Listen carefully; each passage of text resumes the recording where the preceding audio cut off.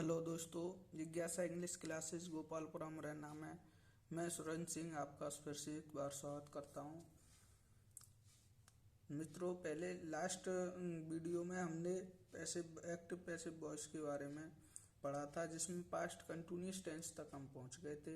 और next past perfect tense के बारे में आज हम एक्टिव से पैसिव चेंज करना सीखेंगे, जिसमें आप लोग अच्छे से समझ में आएगा।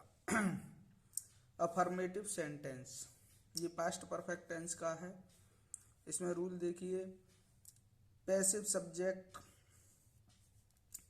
हैड बीन प्लस वर्ब की third form plus by plus object plus before से आगे जो पास्ट परफेक्ट में डबल वर्क होते हैं एक सेंटेंस में, तो जो सेकंड वर्क होता है बिफोर से आगे लिखा जाता है, उसमें कोई चेंजिंग नहीं करते हैं। पैसिव वॉइस बनाते समय केवल जो फर्स्ट वर्क होता है यानी बिफोर से पहले जो भी लिखा होता है उसे हम पैसिव में चेंज करते हैं। जैसे ये दिख रहा होगा आपको, passive subject plus had plus been plus verb की third form plus by plus object. इसके बाद बिफोर और जो आगे है वो वैसे का वैसा ही लिख दिया जाता है, उसमें कोई चेंजिंग नहीं करते हैं। जैसे एक एक्टिव देखिए आप, मैं जल्दी बताता जाऊंगा।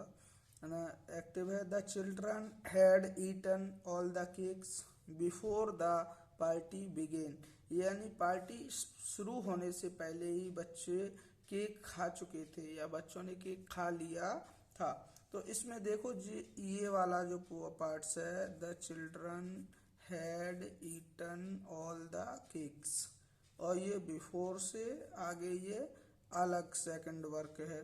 तो इस सेकंड वर्क में हम कुछ भी चेंजिंग नहीं करेंगे, केवल ये जो फर्स्ट वर्क है द चिल्ड्रन से लेके द केक्स तक, इसको हम पैसिव में चेंज करेंगे।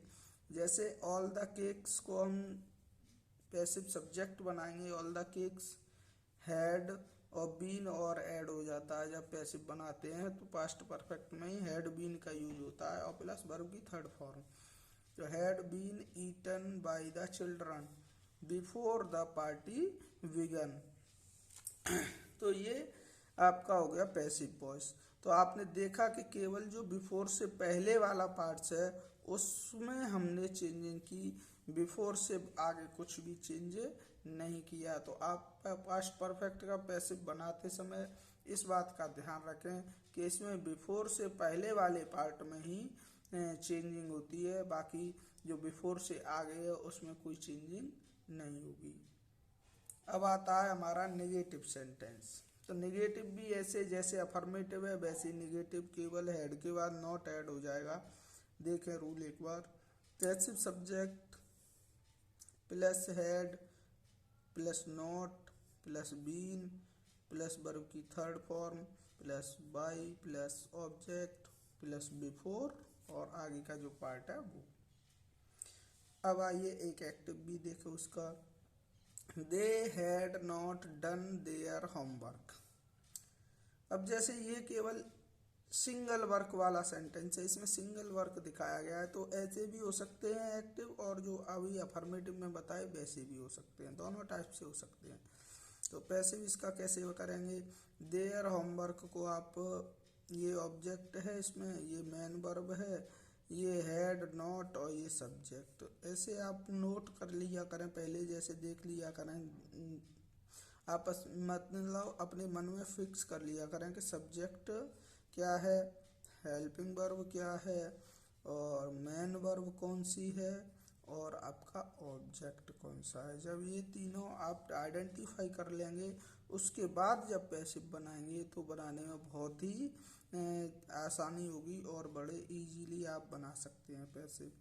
देयर होमवर्क जो ऑब्जेक्ट है उसे पैसिव में सब्जेक्ट बना दो, their homework had not been done by them, या इस देम को कहीं कहीं जैसे आपको मिलेगा बुक्स में, जो दे सब्जेक्ट है उस दे सब्जेक्ट को बाय देम नहीं भी बनाया जाता है, यानी नहीं भी लिखें तो कोई इफेक्ट नहीं पड़ेगा। जैसे their homework had not been done तक लिख लेंगे तब भी कोई दिक्कत नहीं है, और बाय देम लिख देंगे तो कोई दिक्कत नहीं है।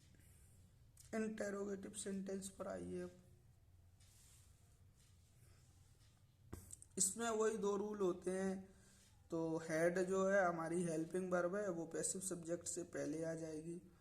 जैसे रूल है had plus passive subject plus been plus verb की third form plus by plus object, और बिफोर के बाद जैसा है वैसा सेम लिख दो, लास्ट क्वेश्चन मार्क लगा दीजिए। एक्टिव, एक्टिव देखें एक, had the players won the match, had the players won the match. अब इसे जब पैसिव में चेंज करेंगे तो इसमें देखो पहले हेड तो आपकी हेल्पिंग वर्ब सबसे पहले आ गई इंटरोगेटिव में, द प्लेयर्स आपका सब्जेक्ट, वॉन आपकी मेन वर्ब और द मैच आपका ऑब्जेक्ट। अब पैसिव बनाएंगे तो ऑब्जेक्ट को सब्जेक्ट बनाएंगे, तो हेड के बाद आ जाएगा आपका the match, been won by the players. ये जो प्लेयर्स अभी सब्जेक्ट था वो पैसिव में ऑब्जेक्ट हो गया। तो एक्टिव पैसिव बड़े ही इजी टॉपिक है, इसको आप इजीली कर सकते हैं यदि आप चाहो और थोड़ा सा पढ़ने में इंटरेस्ट लो।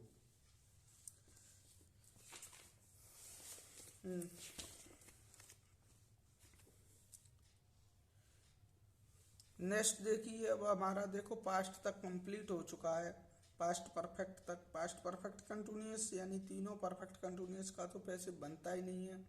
अब हम जो हमारा सेवेंथ नंबर का टेंस है फ्यूचर इंडेफिनिट टेंस, उस फ्यूचर इंडेफिनिट टेंस का एक्टिव से पैसिव बनाना सीखेंगे। देखिए फ्यूचर इंडेफिनिट में अफर्मेटिव सेंटेंस रूल्स, वही सबसे पहले passive subject helping verb future indefinite में चेंज हो जाएंगी। स्टार्टिंग में ही बताया था मैंने, एक लिस्ट बनाई थी। तो पैसिव सब्जेक्ट के बाद विल या shall plus be plus verb की third form plus by plus object full stop. अब देखिए एक active B, the postman will deliver the letters, यानी पोस्टमैन सभी पत्रों को डिलीवर करेगा यानी घर घर पहुंचाएगा। इसमें द पोस्टमैन तो आपका सब्जेक्ट है, डिलीवर करने वाला यही है, विल आपकी हेल्पिंग वर्ब है, डिलीवर आपकी मेन वर्ब है और द लेटर्स ऑब्जेक्ट। अब इसे हम पैसिव में चेंज कर देंगे। जो ऑब्जेक्ट है द लेटर्स, इसको हम सबसे पहले लाएंगे, तो द लेटर्स विल बी और ऐड हो जाएगा हेल्पिंग वर्ब में, विल बी मेन वर्ब की third form delivered by preposition और the postman object.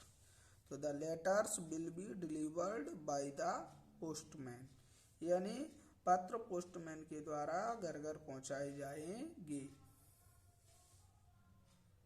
Negative sentence देखें, नेगेटिव सेंटेंस, नेगेटिव सेंटेंस का रूल सबसे पहले पैसिव सब्जेक्ट प्लस विल या shall plus not plus be plus verb की third form plus by plus object, यानी will और cell के बाद में नॉट ऐड हो जाएगी, तो आपकी ये विल नॉट भी और सेल नॉट भी पूरा हेल्पिंग वर्ब हो जाएगा।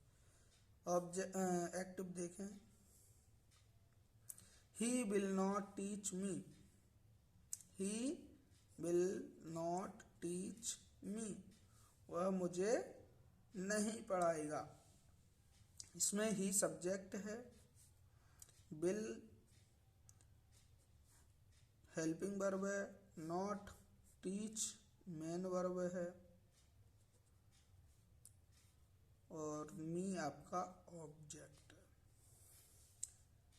अब देखिए पैसिव में चेंज करते हैं इसे, मी को आई बताएंगे, आई, और आई के साथ विल नहीं आएगा, सेल आएगा, I shall not be taught, teach की third form taught, preposition by और ही का ऑब्जेक्ट हिम। तो पैसिव होगा पूरा I shall not be taught by him. आगे चलते हैं, इंटेरोगेटिव सेंटेंस। इंटेरोगेटिव सेंटेंस का रूल विल या shall plus passive subject plus be plus verb की third form plus by plus object. और यदि सेकंड वाला हो यानी क्वेश्चन वर्ड पहले हो तो इस विल या शैल से पहले क्वेश्चन वर्ड आ जाएगा बस। एक दो एक्टिव देखिए इसके passive active will he help the poor, will he help the poor. अब इसमें विल तो आपका हेल्पिंग वर्ब है ही आपका सब्जेक्ट, हेल्प मेन वर्ब और द पुअर ऑब्जेक्ट।